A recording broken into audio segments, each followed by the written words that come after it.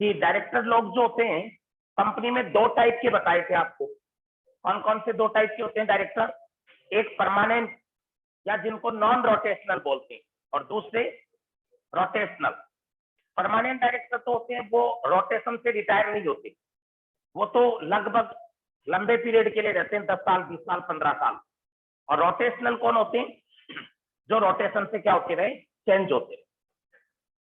Rotational director जो rotation से change होते हैं, ये कम से कम कितने होने चाहिए कोई भी कंपनी में? 2/3, 2/3 डायरेक्टर कौन से होने चाहिए? कम से कम रोटेशनल। तो परमानेंट कितने हो सकते हैं? फिर अधिकतम 1/3, 1/3 मैक्सिमम। ज्यादा से ज्यादा 1/3 डायरेक्टर कौन से हो सकते हैं? रोटेशनल। परमानेंट। आपको बताया था ये सारा सिस्टम कि रोटेशनल 2/3 और नॉन रोटेशनल 1/3। रोटेशनल डायरेक्टर का फिर मैंने आपको बोला था हर साल कितना रिटायर होगा? 1/3 डायरेक्टर हर साल आपको बताया था रिटायर होते जाएंगे। कौन से में से? रोटेशनल। ठीक है, फिगर बंद करो रक्षिता। और रिटायर होंगे भी कौन से?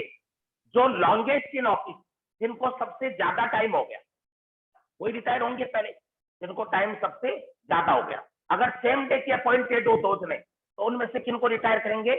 एग्रीमेंट आपस में करके या फिर लॉट, याद होगा, लॉटरी से नाम चयन करेंगे। इसमें एक पॉइंट पूरा नहीं हुआ था, शायद नोट लिख रहे होंगे आप लोग। नोट में अगला नोट डाल लो। कितने नोट लिखे हुए पहले के?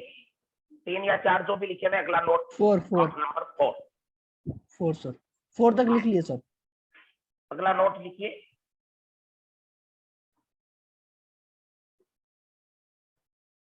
Note number 4,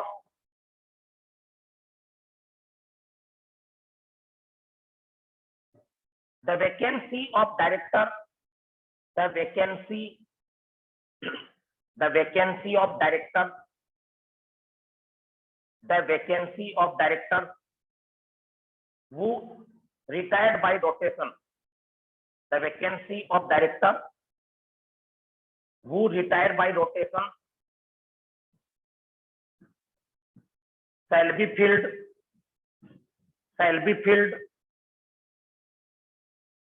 in the same general meeting, shall be filled in that same general meeting, shall be filled in the same general meeting by, shall be filled by in the same general meeting by reappointing the retiring director, by reappointing the retiring director, reappointing the retiring director, or appointing some other person, or appointing some other person, or appointing some other person, appointing some other person। लिख लिया कि ये point, ये देखो उसी section का part था पिछले का ही। क्या कह रहा है ये पॉइंट? ये कह रहा है कि जो डायरेक्टर रिटायर हो गया, कितने डायरेक्टर रिटायर होते हैं आपको पता है हर एजीएम में? 1/3। तो 1/3 डायरेक्टर जो रिटायर होते हैं, उनमें उनकी जगह अपने को नए लगाने पड़ेंगे ना। नए लगाएंगे, मान लो 3 डायरेक्टर रिटायर हो गए इस एजीएम में, 3 जने रिटायर हो गए XYZ, तो या तो उन्हीं को रीअपॉइंट कर दो इसी एजीएम में, अगर आपको अच्छे लग रहे हैं तो तीनों को उन्हीं को रीअपॉइंट कर दो, या उनकी जगह किसी और को लगा दो। जैसे XYZ 3 है, XYZ तीनों को आपने रिटायर कर दिया, तो या तो तीनों को रीअपॉइंट कर दो, या 3 की जगह आपको लगता है कि सर X और Y तो ढंग के आदमी है, उनको तो रीअपॉइंट करेंगे, Z को रीअपॉइंट नहीं करना चाहते, तो Z की जगह किसी और को लाओ। आपको तीनों आदमी ढंग के नहीं लगते तो तीनों की जगह किसी और को ले आओ। मतलब जो भी इंसान आपको ठीक नहीं लगता उसको क्या करना है? चेंज करना है। पिछली क्लास आप में से बहुत कम जनों ने ली थी, तो कैसे समझ में आएगा? 3 बजे बाद तो आपके होश उड़ने लग जाते हैं। देखो 3 जनों को, रिटायर होने वालों को या तो क्या कर सकते हैं, देखो vacancy of retiring director shall be filled in the same AGM, जिस एजीएम में वो रिटायर हो रहे हैं उसी एजीएम में उनके पोस्ट को बढ़ेंगे। कैसे बढ़ेंगे? या तो रीअपॉइंटिंग द रिटायरिंग पर्सन, जो रिटायर हो रहे हैं उन्हीं को रीअपॉइंट कर दो, और या फिर क्या करना है, अपॉइंटिंग एनी अदर पर्सन, या आप किसी और आदमी को भी डायरेक्टर बना सकते हो। फिर अगला पॉइंट, सेक्शन चेंज हो जाएगी, 152 क्लॉज 7 आ जाएगा। 152 क्लॉज 7, 152 क्लॉज 7, ये 152 क्लॉज 7 किस चीज का आ रहा है वो आपको मैं बता रहा हूं। देखो,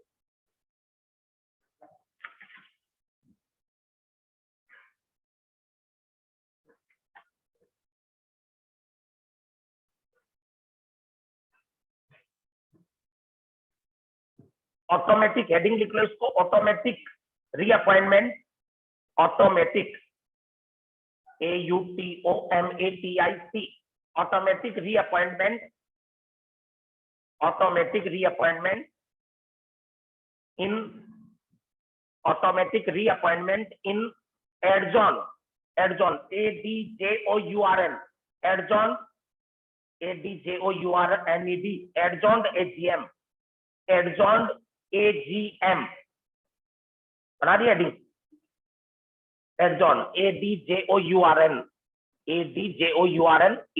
एडजॉन्ड AGM, ऑटोमेटिक रीअपॉइंटमेंट इन एडजॉन्ड AGM। लिखा क्या? ये देखो एक सिस्टम है, आपको बताऊं, सुनो। जैसे मान लो आज शेयर होल्डर की मीटिंग हुई, एजीएम, शेयर होल्डर की मीटिंग जो होती है साल में उसको क्या बोला जाता है, एजीएम। तो शेयर होल्डर की मान लो आज मीटिंग हुई, और आज मीटिंग जो हुई उसमें 3 डायरेक्टर रिटायर हो गए। हमारी कंपनी में टोटल 15 डायरेक्टर मान लो, और उनमें से 2/3 10 डायरेक्टर अपने कौन से रिटायर होने वाले रोटेशनल, और 5 है परमानेंट। तो 10 का 1/3 3 डायरेक्टर क्या हो गए, रिटायर। रिटायर होने वाले डायरेक्टर को ना तो आपने रीअपॉइंट किया, ना तो आपने क्या किया, रीअपॉइंट, ना कोई दूसरे को लगाया उनकी जगह, ना तो उनको लगाया ना किसी दूसरे को लगाया, और ना ही उनको ये भी कोई रेजोल्यूशन पास नहीं हुआ कि भी इनको नहीं लगाना, इनको नहीं लगाना तीनों को, मतलब कुछ भी नहीं किया। मीटिंग पूरी हो गई, 3 डायरेक्टर घर जा रहे, आपने ना तो उनको विदाई दी कि भैया घर जाओ, हमने दूसरे रख लिए, दूसरे भी नहीं रखे, ना उन तीनों को वापस बुलाया कि आप बैठ जाओ, ये भी नहीं कर रहे, ना उनको ये कहा कि आपको नहीं रखेंगे। तो बेचारे लटक गए ना तीनों डायरेक्टर बीच में, कि ना तो उनको घर भेजे, रिटायर तो कर दिया, लेकिन रिटायर होने के बाद दूसरे 3 आदमी चाहिए, वो आपने रीअपॉइंट नहीं किया, ना तो उनको ना किसी और को, ना कोई रेजोल्यूशन पास किया उनको कि भाई इनको वापस नहीं लगाना।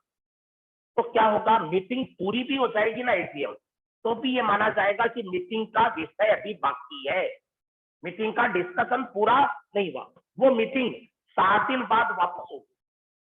एजीएम आज हुई, मान लो आज कितने तारीख हो गई, 17 18, तो 18 तारीख हो गई, आज एजीएम चल रही है, 3 डायरेक्टर को हमने विदा कर दिया XYZ को, इनका आज रिटायरमेंट है, लेकिन इनको ना तो हम रीअपॉइंट कर रहे, ना कोई दूसरे आदमी लगा रहे।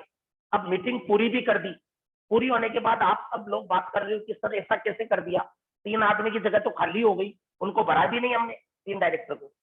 तो जानकार लोगों को हम पूछेंगे कि क्या होगा, तो वो क्या कहेंगे, 7 दिन बाद मीटिंग वापस बुलानी पड़ेगी शेयर होल्डर, दोबारा बुलाई जाती है ना, बाद में कोई विषय बाकी रह जाता है, आज हो गई, अब 7 दिन बाद और होगी, उसको बोला जाता है एडजॉर्न मीटिंग। क्या बोलते हैं उसको, एडजॉर्न, स्थगित सभा।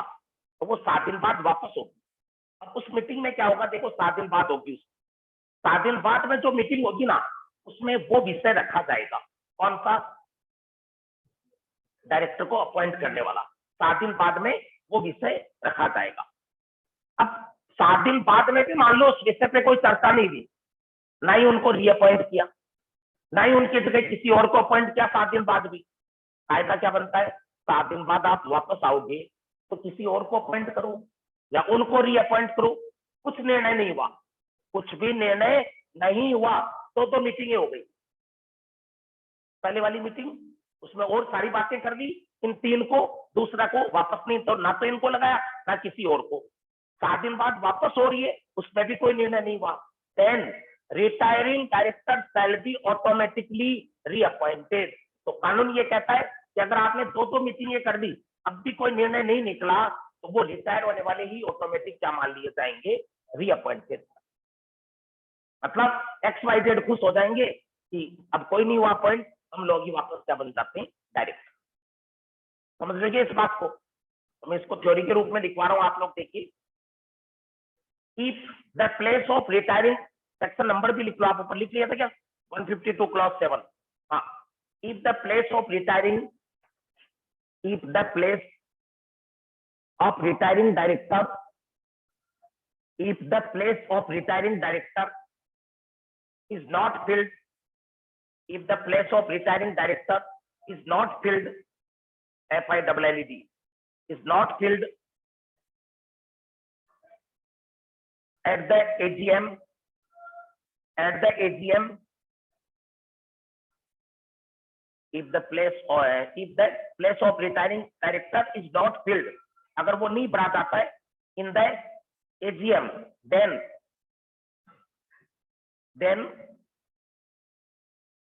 the meeting shall stand, then the meeting shall stand adjourned, meeting shall stand adjourned, ADJOURNED, meeting shall stand adjourned till the same day, in the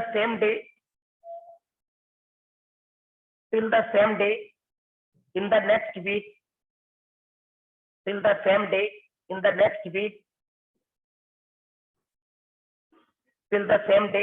next week, at the same time and place, at the same time and place, or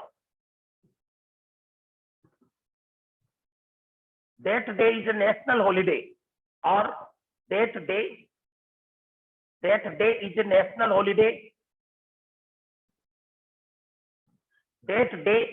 national holiday, then succeeding day, then next succeeding day, next succeeding, SUCCEEDING,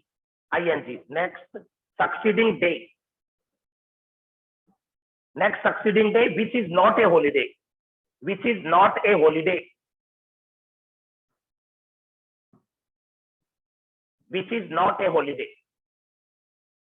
देखो क्या बोल रहा है ये point, सुनो।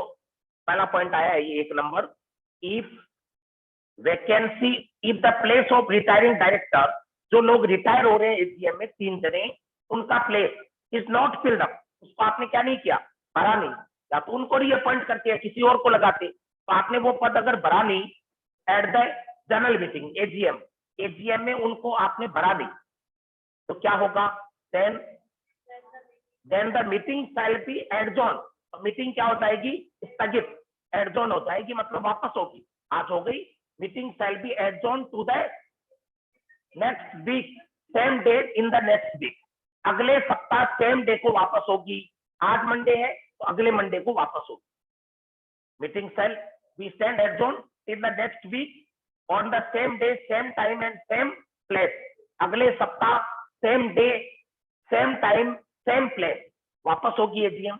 And if that day is national holiday, मान लो अगले सोमवार को क्या है, हॉलीडे है, कोई छुट्टी आ गई, नेशनल हॉलीडे है, देन क्या हो जाएगा, नेक्स्ट सक्सीडिंग डे, वो अगला दिन, that is not a national holiday, जिस दिन छुट्टी नहीं है। मान लो आप कहो कि सर अगले दिन वापस छुट्टी आ गई, तो सोमवार को भी छुट्टी है, ट्यूसडे को, अगले मंगलवार को भी छुट्टी हो, तो वो कब हो जाएगा, ट्यूसडे को, उससे अगले दिन हो जाएगी, थर्सडे वेडनेसडे को हो जाएगी।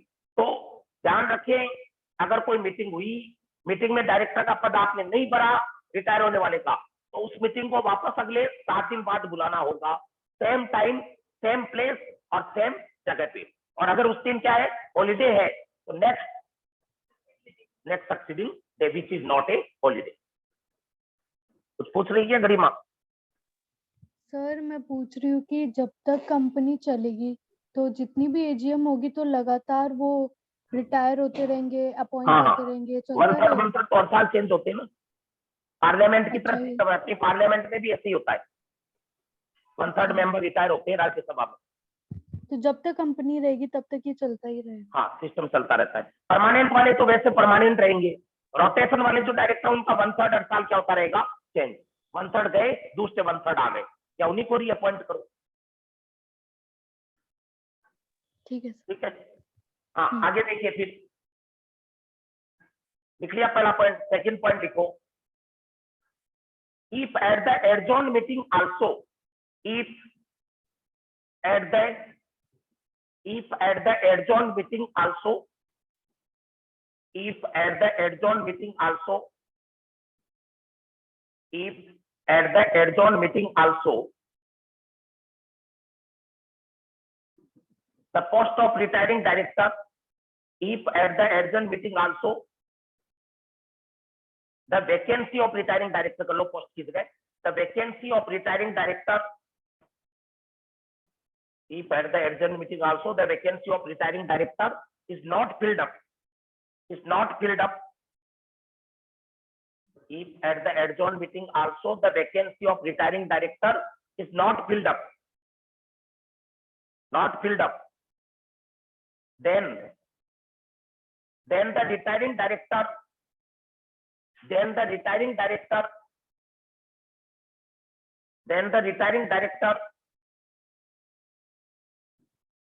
shall be deemed, retiring director shall be deemed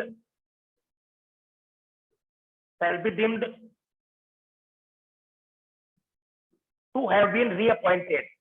Retiring director shall be deemed to have been reappointed, to have been reappointed in that adjourned meeting, in that adjourned meeting, in that adjourned meeting.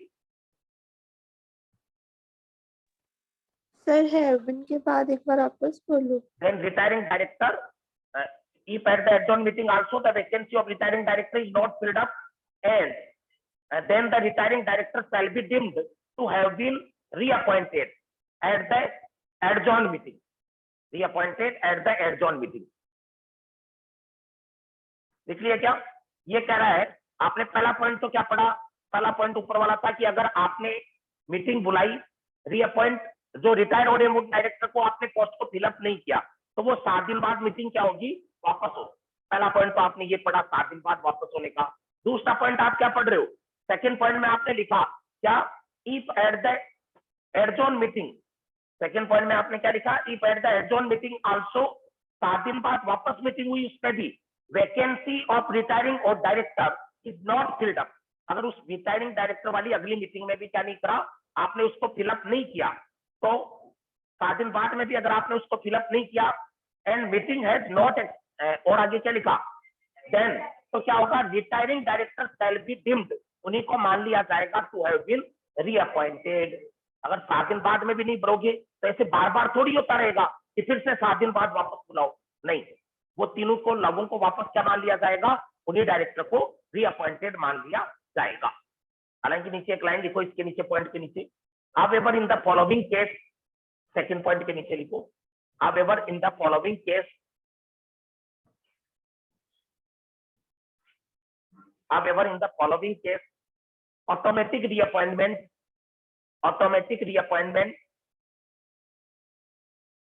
however in the following case, automatic reappointment shall not apply,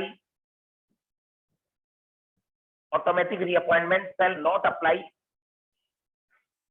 to a director,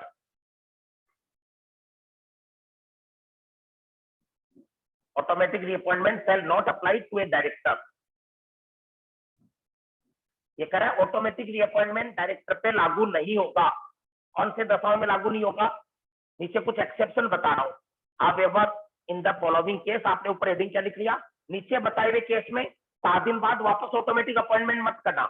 ऐसा मत समझना कि adjourn meeting में appoint नहीं हुआ तो उसको पुराने वाले को रीअपॉइंटमेंट मान ले, कुछ एक्सेप्शन है। मतलब कौन कौन से, पहला लिखो, ए resolution for the reappointment, a resolution for the reappointment of retiring director, a resolution for the reappointment of retiring director was put and lost. Was put and lost. Resolution for the reappointment. A resolution for reappointment of retiring director. The reappointment of retiring director was lost. Was put and lost. Was put and lost. लिख लिया क्या? इसका मतलब क्या है कि आपने resolution कोई पहले रखा 7 दिन पहले वाली एजीएम में, या दोबारा भी उस पर प्रस्ताव रखा था कि XYZ को हम दोबारा अपॉइंट कर दें क्या, लेकिन मीटिंग में लोगों ने फेवर से ज्यादा अगेंस्ट पे वोट डाल दिए। मतलब आप लोग नहीं चाहते कि XYZ को क्या करें, रीअपॉइंट करें। तो वो उनको तो तीनों को तो आप अपॉइंट करना चाहते ही नहीं हो, तो क्या वो रीअपॉइंट हो जाएंगे ऑटोमेटिक कि 7 दिन बाद मीटिंग में किसी को नहीं अपॉइंट किया तो उनको रीअपॉइंटमेंट मान लो? अरे उनको तो पहले आप क्या कर चुके, खारिज कर चुके, रिजेक्ट कर चुके। सेकंड लिखो, retiring director has given a written notice. Retiring director has given a notice. Retiring director has given a notice to the company. Retiring director has given a notice to the company that they are not willing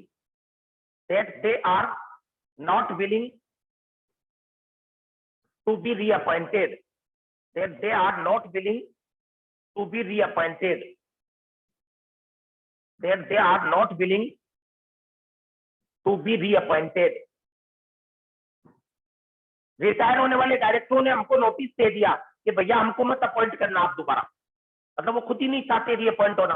retiring director has given A notice, उन्होंने एक return notice दे दिया that they are not willing, कि वो इच्छुक नहीं है, क्या चीज के इच्छुक नहीं है, तो भी reappointed. Third, he is disqualified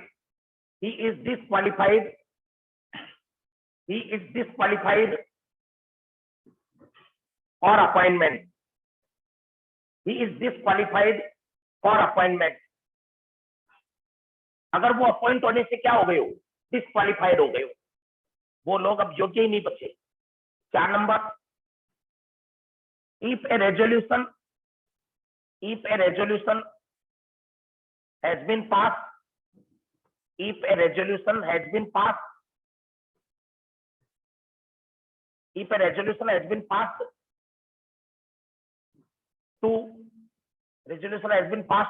not to fill the vacancy,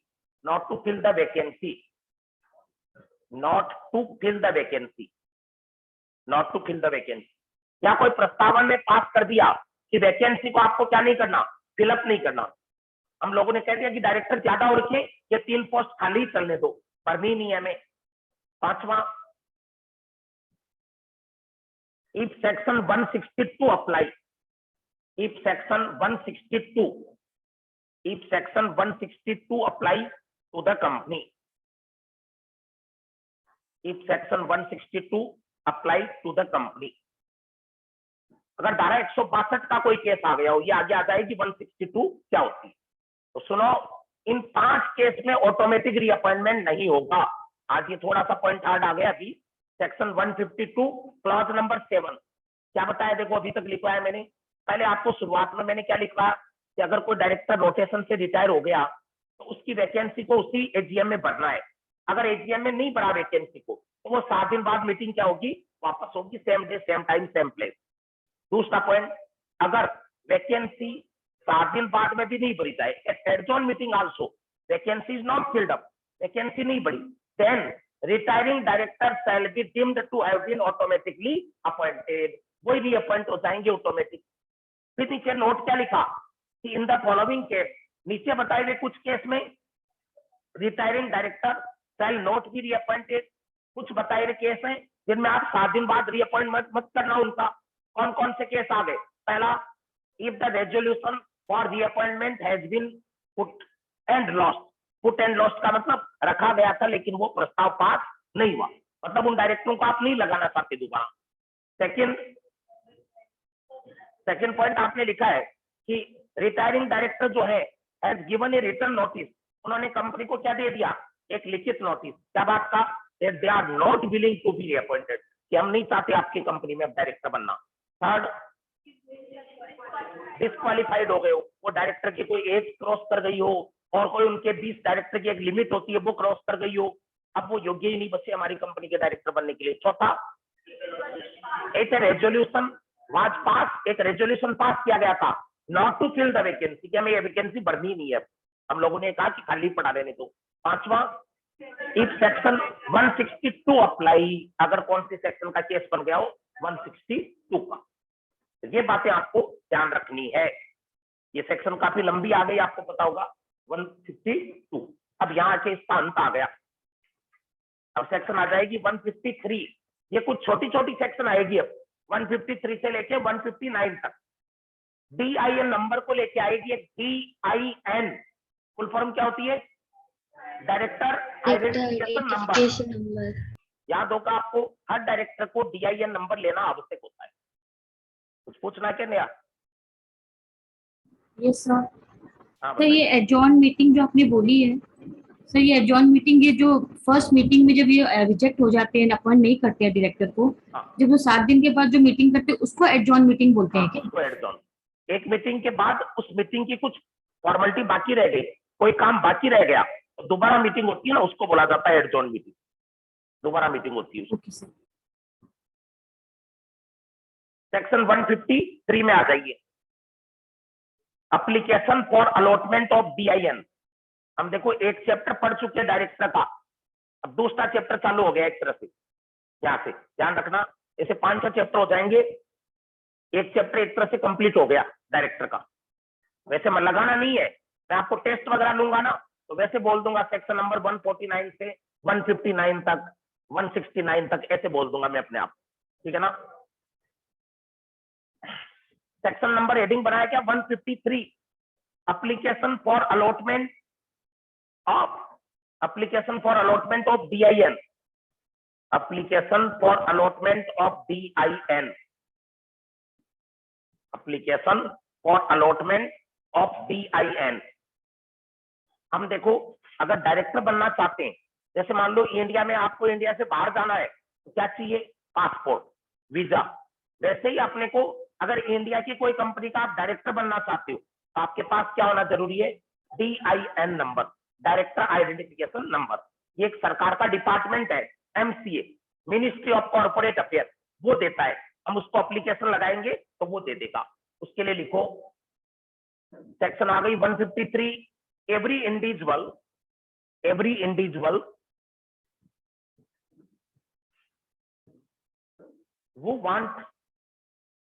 who want to be appointed as director of a company,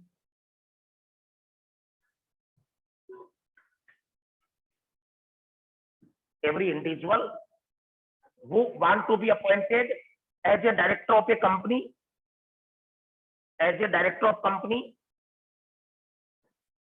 shall make an application for allotment of DIN,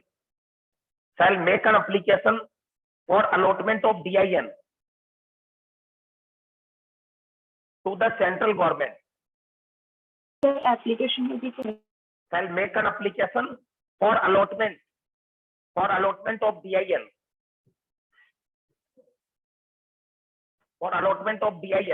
to the central government, in form number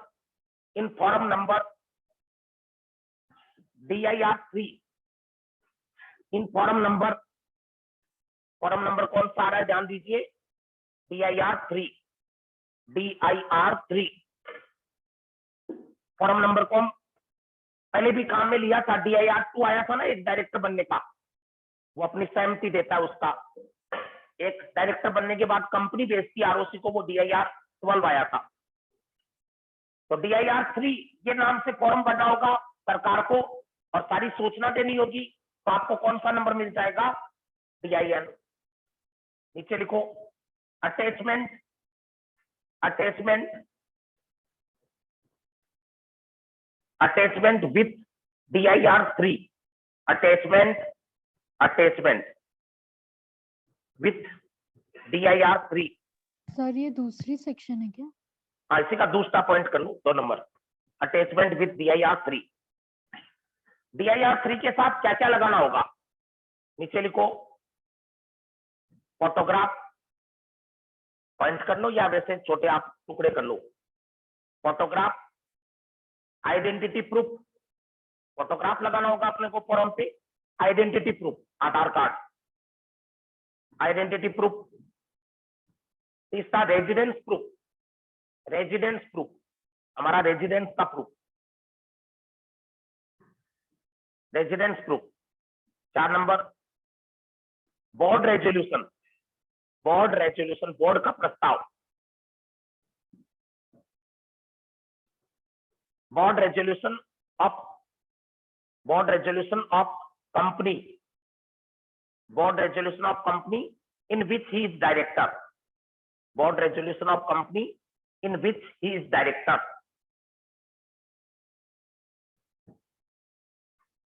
अगर आप पहले से किसी company में director है तो उनका board का प्रस्ताव। 3 चीजें मेन चाहिए, फोटो, आधार कार्ड या आइडेंटिटी प्रूफ और रेजिडेंस का प्रूफ। बोर्ड रेजोल्यूशन तो तभी चाहिए जब आप पुराने पहले से कोई डायरेक्टर बने हुए हैं, आपके पास DIR नंबर है नहीं तो। तीसरा पॉइंट बनाइए, सेंट्रल गवर्नमेंट, तीसरा पॉइंट, सेंट्रल गवर्नमेंट में प्रेस्क्राइब, सेंट्रल गवर्नमेंट में प्रेस्क्राइब, सेंट्रल गवर्नमेंट में prescribe any other, central government में prescribe any other identification, any other identification number, central government में prescribe any other identification number, any other identification number which shall be treated, which shall be treated, which shall be treated as, which shall be treated as DIN, which shall be treated as DIN for the purpose of this act, for the purpose of this act, for the purpose of this act, and any individual, for the purpose of this act, and any individual, and any individual who hold, any individual who hold such number, such identification number, who hold such identification number, who hold such identification number, then DIN will be not necessary, then DIN will be not necessary,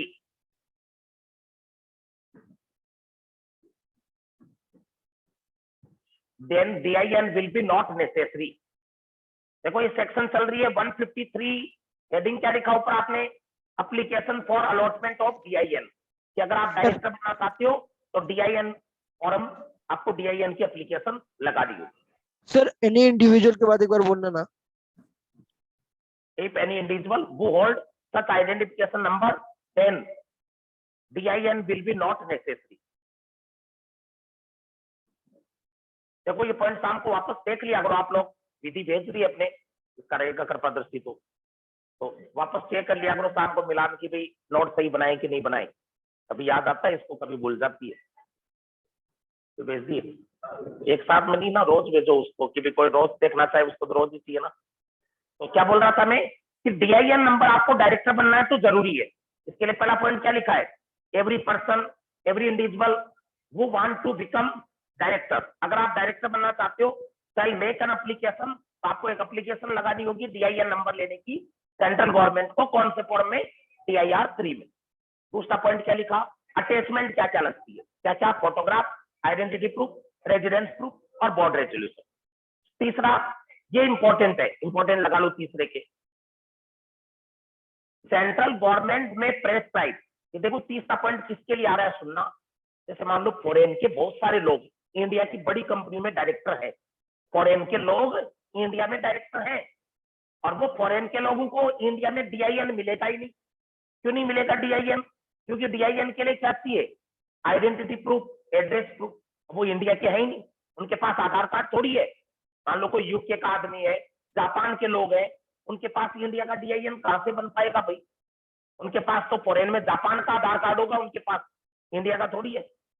अब वो Japan के बहुत सारे लोग हैं India की कंपनियों में डायरेक्टर, कई इवन जापान की कंपनियों ने इंडिया में कारोबार कर रखा है, इंडिया में अपनी कंपनियां बना रखी है, तो उन कंपनियों का डायरेक्टर भी ज्यादातर जापानी लोग हैं।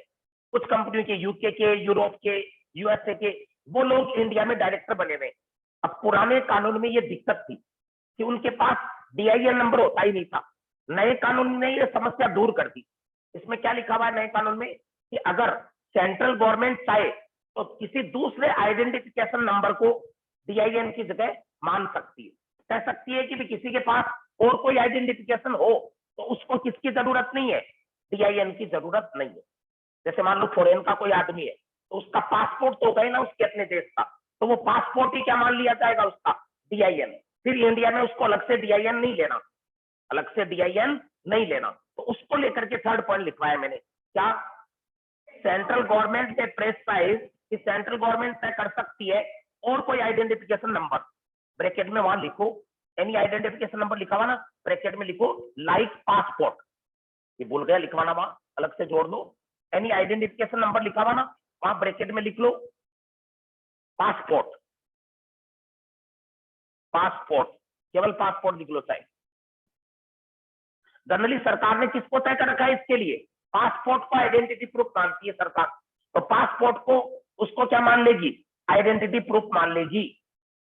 प्रोवाइडेड दैट सेंट्रल गवर्नमेंट में प्रेस्क्राइब एनी आइडेंटिफिकेशन नंबर जैसे passport which shall be treated, उसी को क्या मान लिया जाएगा? DIN for the purpose of this act and in any case any individual hold और अक्वायर सच आइडेंटिफिकेशन नंबर। अगर किसी व्यक्ति के पास क्या है, वो आइडेंटिफिकेशन नंबर या पासपोर्ट है, तो क्या मान लिया जाएगा? Then DIN will be not made, उसको DIN नहीं लेना। फिर इसका बहुत बार केस आया हुआ है, सुनो ये बात क्या है। जैसे आपको केस क्या बनाएगा कि ऐसे ऐसे फलाना व्यक्ति कोई फॉरेन का व्यक्ति है और वो इंडिया की कंपनी का क्या बनना चाहता है? डायरेक्टर बनना चाहता है। वो फॉरेन का व्यक्ति है, उसके पास पासपोर्ट के सिवा और कुछ नहीं है।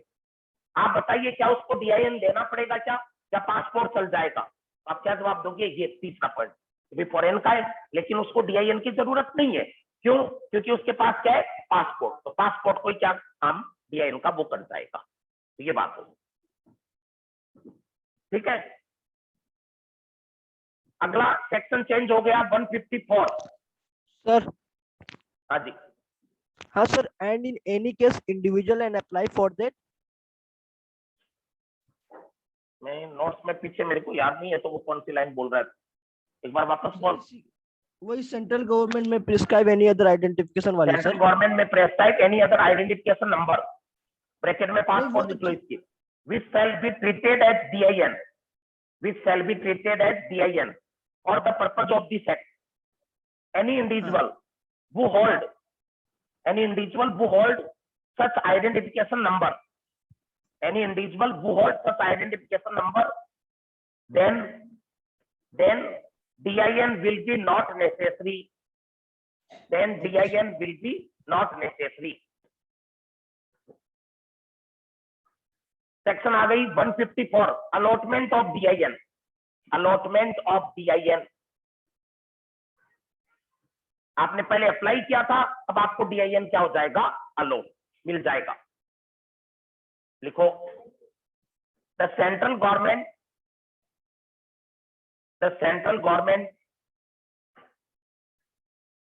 shall within 1 month, the central government shall within 1 month, central government shall within 1 month from the receipt of application from the receipt of application, from the receipt of application, allot a DIN, allot a DIN to an applicant,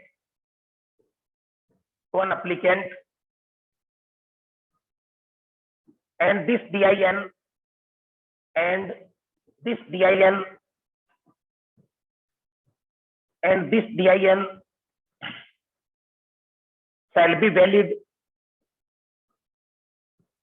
and this DIN shall be valid for lifetime. This DIN shall be valid for lifetime. ये DIN पूरी life time के लिए valid रहेगा। वापस पढ़ रहा हूं, देखो आपने एप्लीकेशन लगा दी DIN के लिए। अब सेक्शन 154 में सरकार आपको DIN का एक कार्ड दे देगी, आधार कार्ड की तरह। नो, क्या लिखा है इसमें आपने? Central government within 1 month from the date of receipt of application, आपकी एप्लीकेशन जिस तारीख को मिली उसके 1 महीने में shall allot DIN to the person, किसको एप्लीकेंट अलॉट कर देगी? टू द एप्लीकेंट, एप्लीकेंट को दे देगी DIN, and this DIN shall be valid for life time. एक ही बार बनवाना होगा, जिंदा रहेंगे तब तक वो वैलिड रहेगा। फिर सेक्शन लिखो 155, 155 prohibition, prohibition PROHIBITION, prohibition to obtain, prohibition to obtain more than 1 DIN, prohibition to obtain more than 1 DIN, prohibition to obtain OBTAIN, obtain more than 1 DIN। एक जना एक से ज्यादा DIN नहीं ले सकता, आधार कार्ड की तरह हो गया। क्या हम अपने एक से ज्यादा आधार कार्ड बना सकते हैं क्या? आधार कार्ड, पैन कार्ड एक से ज्यादा नहीं रख सकते। वैसे ही नो इंडिविजुअल,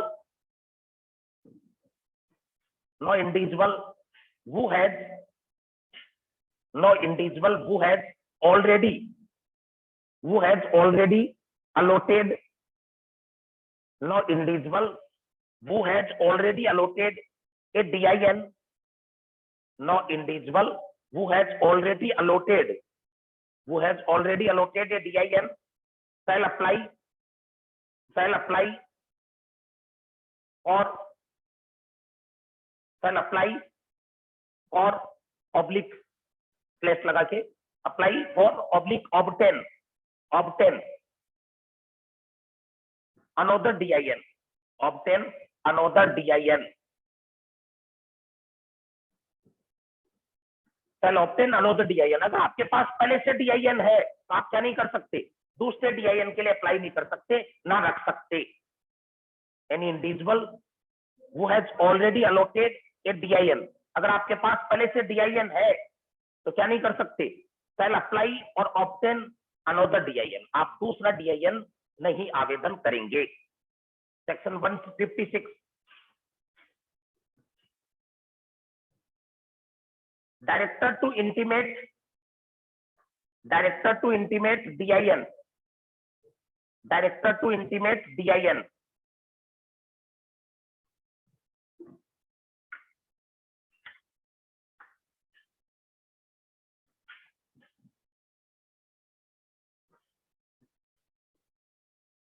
इस सेक्शन के अंदर की थ्योरी काम की नहीं है, आप हेडिंग ही पढ़ा रहे हैं तो खाली। ये क्या तब लगी थी सेक्शन जब नया कंप्लीट बना था ना 2013 में, खाली उसी टाइम लगी थी, महीने 20 दिन। अब ये सेक्शन यूटिलिटी नहीं रखती। 157 भी यूटिलिटी नहीं रखती, हेडिंग लगाओ तो हेडिंग लगा लो साइड। 157 का हेडिंग है company to inform DIN to ROC, company to inform DIN to ROC, company to inform DIN to ROC। इसकी भी यूटिलिटी नहीं है, आपको बताया। हम जब नया DIN लेते हैं तो हम कंपनी को देंगे, कंपनी किसको देगी? ROC को। आजकल तो क्या होता है, ये दोनों धारा ही नहीं लगेगी, क्योंकि डायरेक्टर बनने के पहले सीएगा DIN। आजकल तो डायरेक्टर बनेंगे उसके पहले ही सीएगा। तो आपने एक सेक्शन पढ़ी थी 152, उसमें आया भी था कि आप अगर कोई कंपनी में डायरेक्टर बनना चाहते हो तो पहले अगली कंपनी को क्या दो? DIN। पहले आ चुका वहां। यहाँ पे काम की नहीं है, सेक्शन लगा लो। 158 भी काम की नहीं है, लिखवाओ क्या हेडिंग, हेडिंग लिख लो 158, सेक्शन 158। सर 57 तो निकल रहा है। 157 की भी थ्योरी इंपॉर्टेंट नहीं है, 158 की भी नहीं है। जिनकी नहीं है कायदे से हम सीधा जंप कर सकते हैं, आपके बुक में भी नहीं है, बस खाली वो हेडिंग लिखवा रहा हूं मैं। 158 का हेडिंग है ऑब्लिगेशन टू इंडिकेट DIN। ये तो लिख लो आप, 158 की तो एक लाइन में लिखवाऊंगा, 158 की लिख लो आप। Every person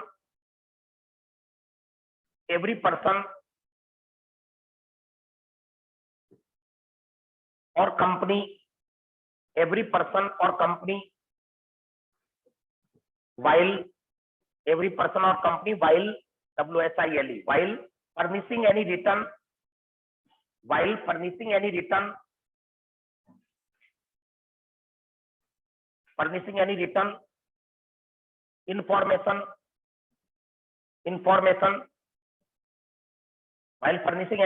information under this act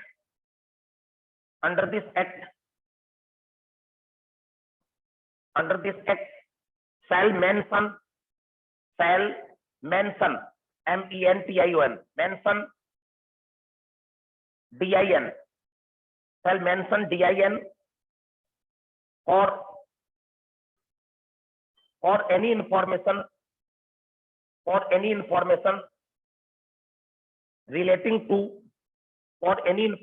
relating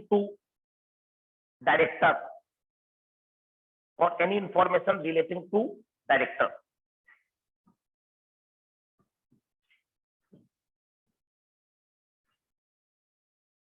देखो ये क्या कर रहा है, सेक्शन 158, 156 और 7 वो दोनों काम की नहीं थी।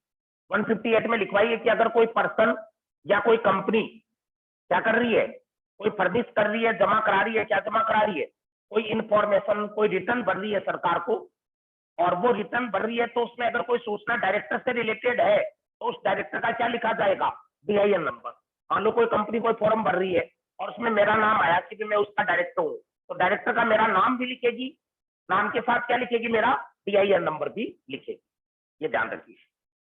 अगला सेक्शन 159, लास्ट आ रही है 159।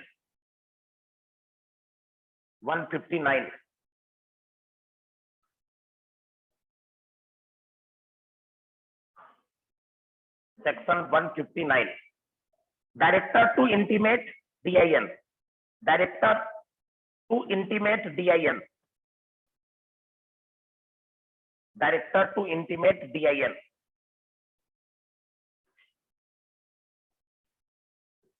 if any individual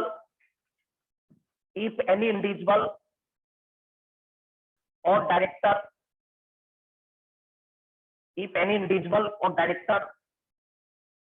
make any default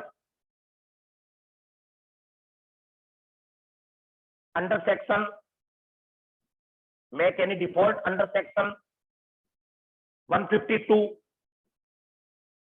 section 152, oblique लगा के 155, 152 oblique 155 oblique 166, 156, 152, 155, 156, then he will be liable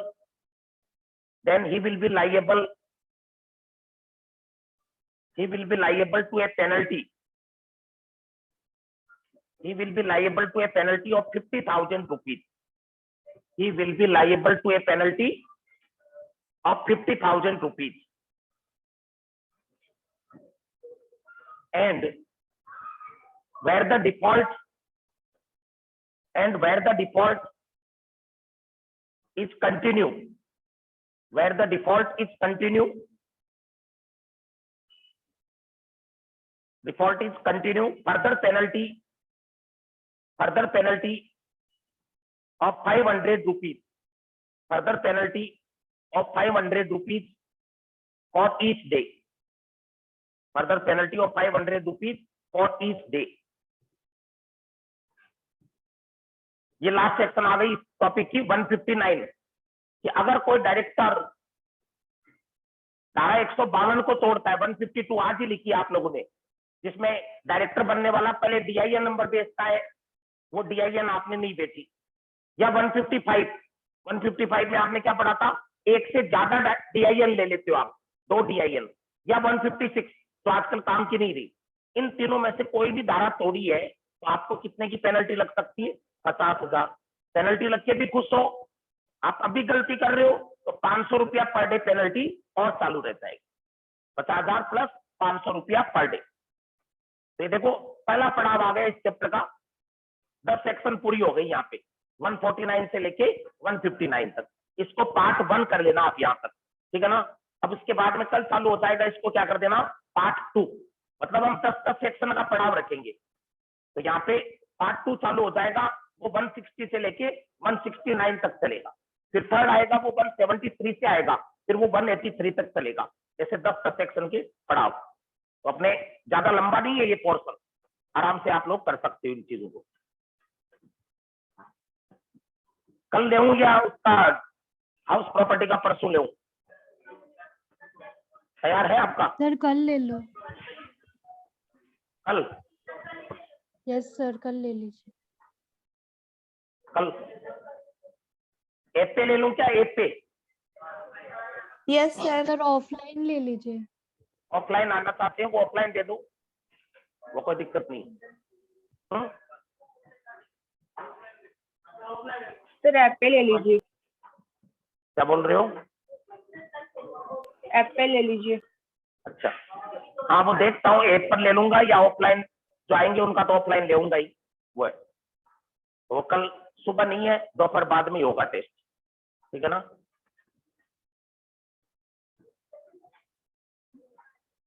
ठीक है, हाउस प्रॉपर्टी को पढ़ के पिछले वाले को पूरा किया करो ताकि अगले चैप्टर में दिमाग लगे।